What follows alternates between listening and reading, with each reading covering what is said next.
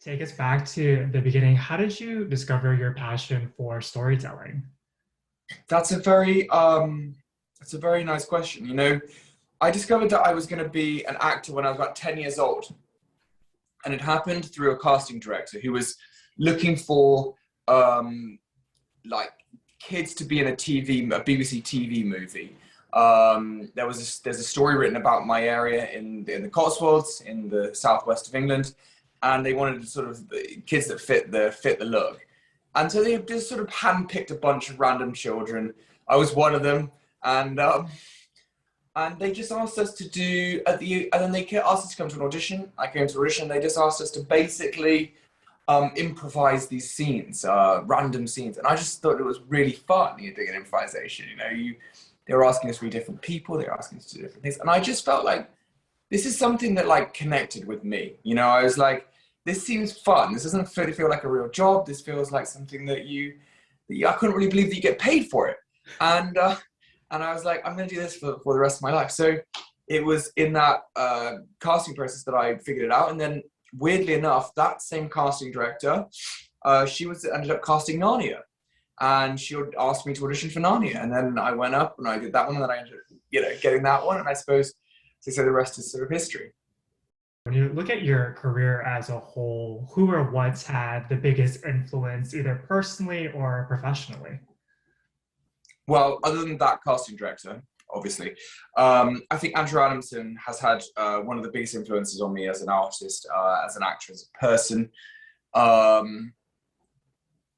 really, truly, if I was to say like what, a celebrity or someone like that, like maybe another actor who's helped me along the way or told me things that I thought was, very helpful. I mean, obviously working with Tilda Swinton, a couple of things she said to me I thought were very poignant. James McAvoy, a couple of things he said to me were very poignant. Liam Neeson. And then, also working with Elizabeth Hurley, I learned a lot from Elizabeth's professionalism, her discipline, her respect for everybody around her. And I've learned a lot of things from a lot of different people. Even Michael Caine said something interesting to me once that I took on. So yeah, a lot of people, they might just give you one line, and that one line, you take with you. You've had a lot of success already in your young career. When you look back, is there a particular moment that stands out to you? Well, funnily enough, recently, there was a moment very recently that stands out to me. And obviously I've done royal premieres and I've done incredible things. I've met the Queen at one of the premieres of Narnia. That was extraordinary. But just to really kind of like say what's happened now, I was just at the Venice Film Festival, and I watched a film that I was in called Land of Dreams, which happens to be premiering at the same time as this other film I've got, Saving Paradise.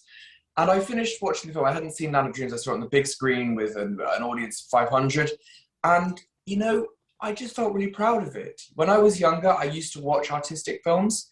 I used to watch Almodovar's movies as a child, which sounds kind of weird. But I used to love them. And I wanted to be a part of films like that, like Wim Wenders. And I wanted to be part of these beautiful movies that were about, the human condition. And when I finished Land of Dreams, I was like, we're on a big screen with all the sound and the beauty of the American landscape. I just thought, wow, that was really great. I'm really proud of that. So that was cool. That was a cool moment.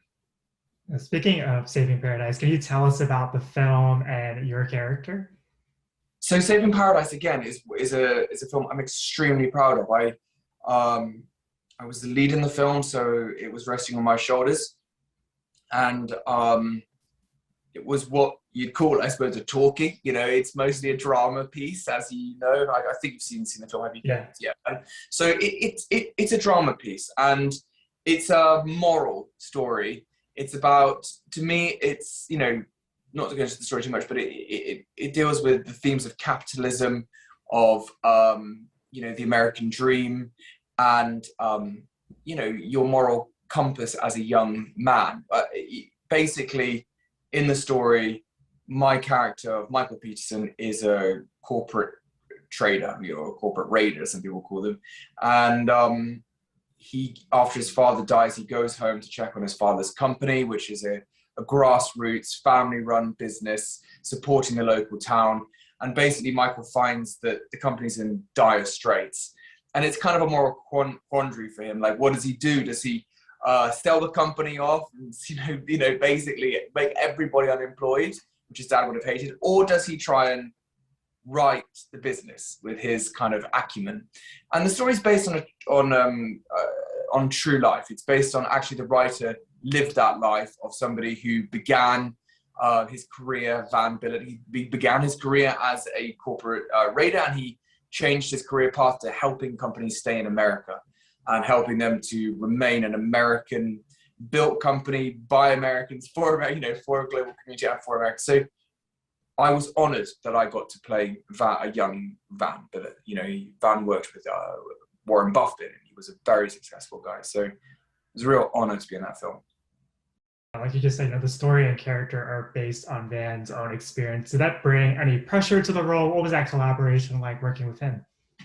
Well, actually, I'm someone who loves direction and loves any bit of any bit of help, anything someone has, they can help me with. I'm like, okay, I take it. And Van, talks to me a lot. I'd sit on set and I'd like ask him a few questions here and there and say, what is this like that, and he'd tell me, what the real thing was, and he said it's heartbreaking. Actually, you have an American company. I think he specifically works with a chewing gum company, and this sounds mad, but there was a chewing gum company. I don't know if it was in Mishawaka, Indiana, I think, because that's actually in the film, but I think it was somewhere Mishawaka, somewhere like that. And basically the chewing gum company was going to be sold out it was going to be outsourced. It was going to be sent to a different place. It was going to be done at a, almost like, very cheap price. People were going to be working, and he found a way to make it feasible and financially viable for it to stay in America and for people to stay employed. And just hearing that story, it's heartwarming, and it's what, to me, the American values are all about. The pioneer spirit, the sense of building something on your own and making it happen. And in America, if you work hard enough, you can have what you want. I know America's not a perfect country. I know there's a lot of problems, but still, I believe in the American dream. I went to America for 10 years and it worked for me, and I've been blessed, and I still think that does exist to a greater or lesser degree. Michael is a character that you could easily write off as unlikable, but you do a brilliant job in the film where audiences are invested in his journey and growth from the get-go. How are you able to bring the different layers of Michael to life, and was that a challenge to find that balance? That's a lovely question. What I focused on was I tapped into a part of myself that is very strong, is very determined, is very resilient. And I made that the cornerstones of Michael's personality, and basically with a moral with a moral compass, it can be pushed. That energy can be pushed into an incredible place. But with with the moral compass being completely off, it can also be pushed into a very negative place. And it's when he meets Charlie, Johanna Brady's character, that he finds that sort of love inside of himself. He finds his heart, and the the determination, resilience, and fortitude that is like I said, being the cornerstone of his corporate life, now becomes the cornerstone of saving his dad's company. So I love that. And funny enough, I have a friend. In fact, I'm not in my flat. This is actually my friend's flat, and this friend of mine, he is going to take on his dad's business. His dad sells farming equipment, and my friend has always been a bit like, I don't know if I want to take it on. It's a huge responsibility. I know what I want to do. I want to do my own part. And I know that my friend's the right person. He's a mechanical engineer himself. He worked for Siemens with turbine renewable energy. And, and I imagine what it'd be like being him, and that kind of pressure that is on his shoulders all the time. And then, what he feels like with his dad, and his dad is sort of passing the mantle to him. And I'm very close to him. He's actually my best friend. So I kind of thought about him as well for the character. Great answer. You've done it all throughout your career. What is it about independent filmmaking that excites you as a creative? What excites me about independent filmmaking is I know I'm a bit hyperactive. As you probably guess, I've got a lot of energy. And so independent filmmaking requires a serious amount of energy, and it requires you to be seriously on it, because you don't have time, you don't have a lot of takes, you don't have the resources, you know. You have the location for maybe 4 hours, so you have to make the scene work. But I love that pressure. I love that energy. I love that we're like in it together. We're gonna, like, even though it's a small movie, we're gonna make it happen. We're gonna push through, and it all comes, obviously, it comes down to your preparation. You know, you have to be very well prepared. You have to work at home a lot. But I love the fast pace of it, and I love that independent films are still being made, that they're talkies, and I loved them growing up. You know, there's a lot of 70s movies that are fantastic, you know, sort of indie vibes, and you think of what Dennis Hopper started out doing with Easy Rider, you know, how that was kind of the cornerstone of independent filmmaking as we know it, and I want to keep making films like that, you know. I think there's a very important place for them in our society. You touched upon this a little bit already, but there's so many incredibly relevant themes within the film. Was there one in particular that hit home for you? Thank you for that question. Yeah, you know, for me, the one that really hit home was how people are able to change, you know, and I believe that people can change for the better. I believe it to the core of my being. You know, I think, you know, all of us have been on a path in our lives where we've gone, wait a minute, this just doesn't feel right. You know, I've got to like make a change here, or I don't like the person I'm becoming, or I don't like this environment that I'm in, or I don't like where my energy is sort of going, you know. And I think when you have the ability to change, it's a very brave thing to do. You know, when you have the ability to, or to help someone, you know, you have to change yourself to help someone. Like I have a friend just had a baby, you know, and she's a, I don't know if you know this phrase, but she's a type A person. You know, she starred in a massive franchise with me. She went to Oxford. She's basically could be running England, you know. I mean, and she could be doing it with her eyes closed. But she just had a baby, and she has no idea what she's doing. And it's like she's having to change. She's having to become a kind of a more malleable person, like, I don't know, just slightly different. And I love that thing of change, that we can grow as people, that we can develop. You know, that's very important. With the film out now, what do you hope audiences take away after they see it? And has that changed, just given everything that we've faced as a society in the past 2 years? That's a very good question, a very important question. And, you know, we've faced incredible difficulties over the last 2 years. You know, we've not been able to like see one another. We've not been able to be close to our friends and family. Everyone's been working from home. And to me, this film is an uplifting film. This is a film about hope. This is a film about triumph over a difficult situation. This is a film about the best parts of the human spirit. And although we've all been through pain, I think we've seen incredible miracles of, you know, of people. You know, nobody really appreciated a nurse before, but now you think of a nurse, you sort of think of a warrior, a hero. Nobody appreciated a doctor in ICU, but we see them completely differently now. And the most, you know, successful, richest man in the world, you know, still has to go into the hospital and still has to, you know, be there like, please help me, I need to go on oxygen. I need you guys, like, I am at your mercy. And, you know, that shows humility, and that shows that we are all just humans, you know. And this film is about, you know, it's about finding your humility, and it's about finding, you know, your own sense of self. Yeah, for you as an artist, what was the biggest lesson you learned being a part of this project that you'll apply to future projects?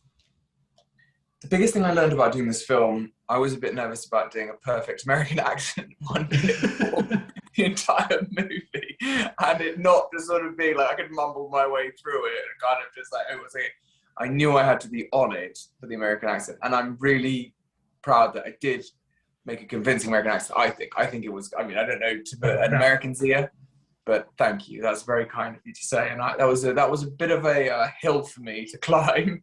I stayed in it all the time. I never went out of it on the set.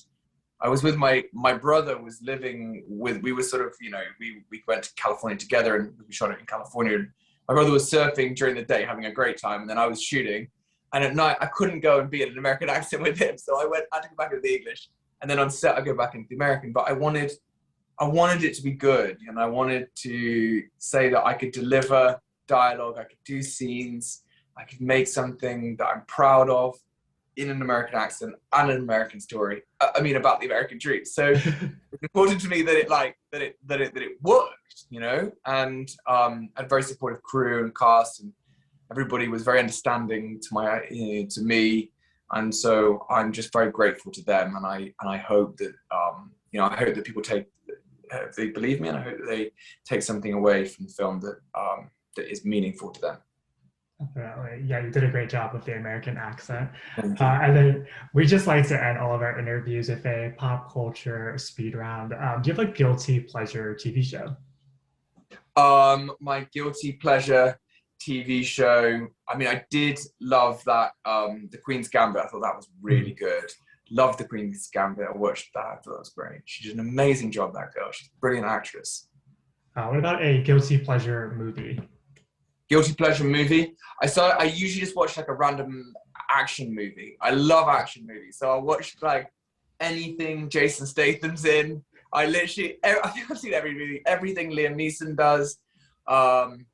Basically any action movie, Chris Pratt or anybody, if they've got an action movie, they got something fun going on, I'll always watch it. What a favorite book? Favorite book? I just read Andre Agassi's autobiography, which I loved. It was epic, and I felt that it was a very honest portrayal of what it's like to be, you know, a top level athlete. What about a favorite play or musical? My favorite play that Othello is one of my favorite plays. I loved that when I was younger. I got to study it for actually 2 years in a row, and I liked the sense that, you know, and I think it's very topical to today, actually, Othello. You know, it was written hundreds of years ago, yet somehow it seems to be incredibly poignant to where we are right now, you know. And it's about a white man who brings down a black man who's done incredible things with his life, and, you know, destroys him, and it's disgusting, you know, beyond all reckoning. And the story is it's a very powerful story, you know, what Shakespeare wrote, and especially with Black Lives Matter, and we're fighting for equality right now. You know, we're fighting for people to have their say, you know, that tell their stories. And, you know, women filmmakers have to be pushed to the forefront. Everything has to change, you know, and, you know, I want to see change, and I want to be part of that positive change myself. It's very important to me. Sad. What about a band or artist that fans would be surprised to learn is on your playlist? Music? What is on my playlist? What bands? Do you know, I listen to drum and bass, and people might find that really weird. There's a drum and bass track I've been listening to recently that I really like. God, I can probably tell you. Just hold on. It's Solar System by Sub Focus. I've been listening to that, and I love it. What about a dream role? A dream role? I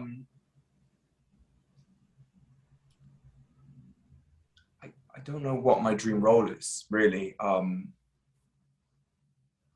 I think my dream role, I don't know. I don't know what that is. I don't know what that is. Maybe that's like a big, I mean, I'd love to, I love the James Bond films. I wouldn't turn James Bond down. But at the same time, I love big romantic films as well. Like I love Titanic, you know, and I remember, I've only seen Titanic once, and I found it so emotionally scarring. But I loved that sort of thing, you know, and yeah, and I loved the like Easy Rider, you know, and films like that, you know. So I don't know. I just keep rolling with it. And then final question for you: who would play you in the story of your life? Wow, what a great question. Actually, there is a little boy who's just like me when I was younger. He was in this story about Winnie the Pooh. I don't know if you've seen that. It's with Domhnall Gleeson and Margot Robbie, and there's a little boy in it. And I was just like it when I was young. And maybe when he grows up, he'll be able to play me. Yeah, that would be great.